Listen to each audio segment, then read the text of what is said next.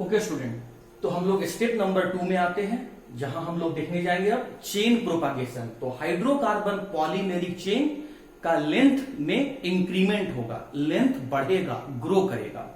तो पहला स्टेप में हमें क्या मिला हुआ था? Phenyl ethylene free radical. तो ये देखिए, ये मैंने यहां पर लिया फिनाइल, ध्यान से देखिएगा, ये मैंने यहां पर लिया फिनाइल, और उसके बाद मैं यहां पर ले रहा हूं इथाइलिन, और उसके बाद मैं यहां पर ले रहा हूं फ्री रेडिकल। तो फिनाइल इथाइलिन फ्री रेडिकल ये पहले स्टेप में बना हुआ था। ये इनिशिएटर से आया हुआ फ्री रेडिकल, ये मोनोमर का फ्री रेडिकल, दोनों यहां पर कंबाइन करके अपने अपने इलेक्ट्रॉन से शेयर करके यहां पर कंबाइन किया, और कंबाइन करके एक यहां पर आपका फिनाइल इथाइलिन फ्री रेडिकल बना दिया। अब पहले स्टेप में बना हुआ फ्री रेडिकल और मोनोमर के साथ जुड़ेगा। तो मोनोमर हम लोग कौन सा ले रहे हैं? इथीन मोनोमर ले रहे हैं। उसके बाद हमें स्टूडेंट यहां पर क्या ध्यान रखना है कि फ्री रेडिकल के प्रेजेंस में फ्री रेडिकल ही बनता है। और फ्री रेडिकल कैसे बनता है? होमोलाइटिक क्लीवेज से। और होमोलाइटिक क्लीवेज हम लोग पहले किसका करेंगे? जो बॉन्ड वीक होगा। तो ये सिग्मा बॉन्ड और ये पाई बॉन्ड में से वीक बॉन्ड कौन सा है? Pi bond. तो हम लोग पाई बॉन्ड का क्लीवेज करने जा रहे हैं।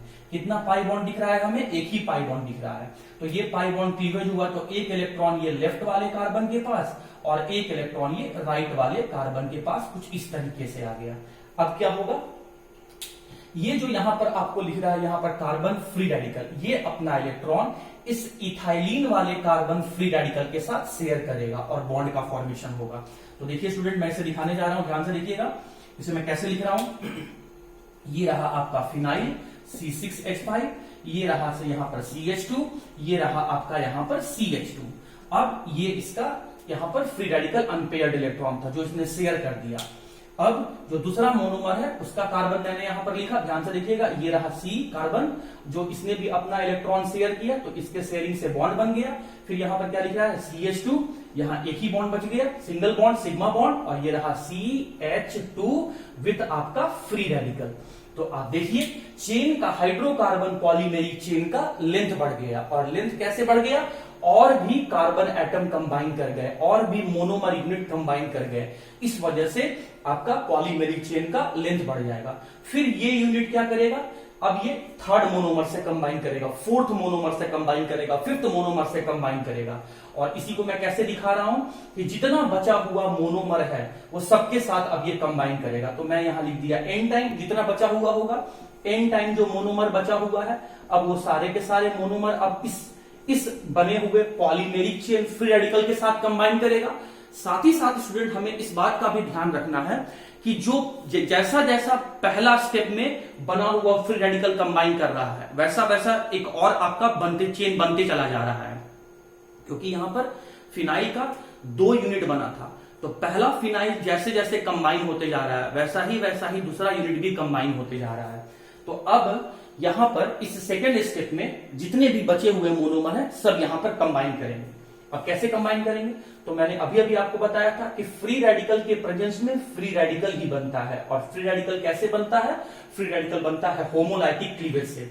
तो हम लोग अब बचे हुए मोनोमर के जो यूनिट है, जो वहां पर उस यूनिट में जो बॉन्ड है उसका भी हम लोग होमोलाइटिक क्लीवेज करेंगे, मतलब बॉन्ड को तोड़कर इलेक्ट्रॉन को बराबर बराबर बांटेंगे।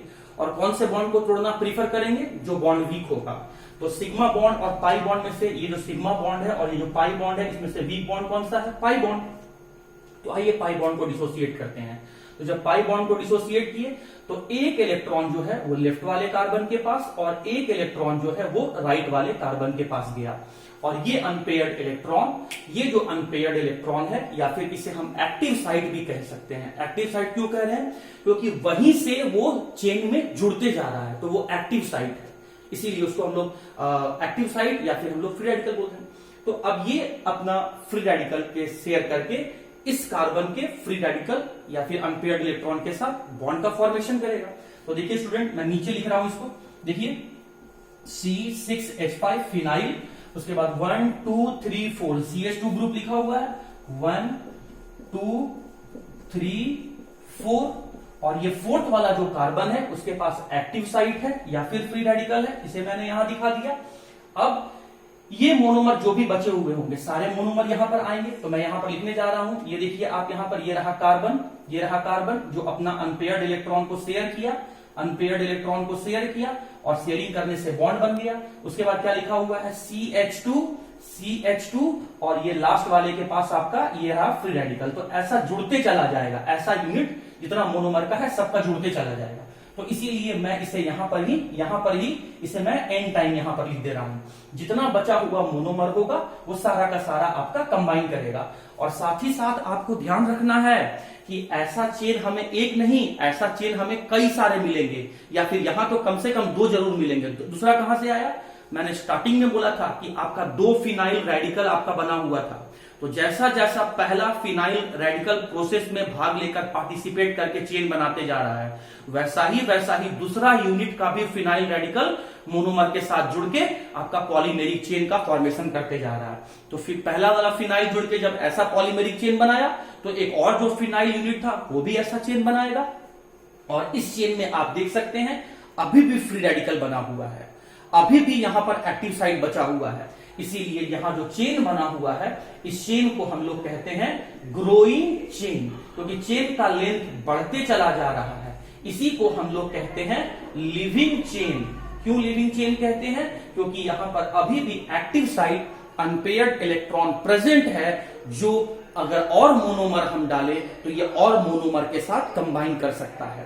तो चेन प्रोपागेशन में हमने क्या देखा कि पहले के कंपैरिजन में और मोनोमर यूनिट और कार्बन यूनिट आपस में कंबाइन किया और चेन का लेंथ बढ़ गया। तो हाइड्रोकार्बन पॉलीमेरिक चेन के लेंथ का बढ़ना, इसे ही हम कहते हैं चेन प्रोपागेशन।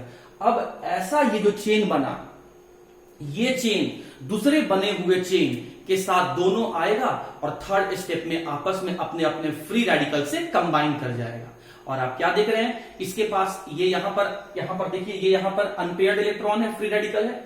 ऐसा ही चेन वाले के पास देखिए यहां पर अनपेयर्ड इलेक्ट्रॉन है, इधर इस एंड पर कोई अनपेयर्ड इलेक्ट्रॉन नहीं है। ध्यान दीजिएगा, इस एंड पर कोई अनपेयर्ड इलेक्ट्रॉन नहीं है, अनपेयर्ड इलेक्ट्रॉन यहां है। तो अब अनपेयर्ड इलेक्ट्रॉन शेयर करके यहां पर बॉन्ड का फॉर्मेशन कर जाएगा और यहां पर ये देखिए ये पॉलीमेरिक चेन का फॉर्मेशन हो गया। तो अब हम थर्ड स्टेप में चेन टर्मिनेशन में ये दोनों बने हुए फ्री रेडिकल पॉलीमेरिक चेन को हम कंबाइन करने जा रहे हैं। आइए देखते हैं थर्ड स्टेप।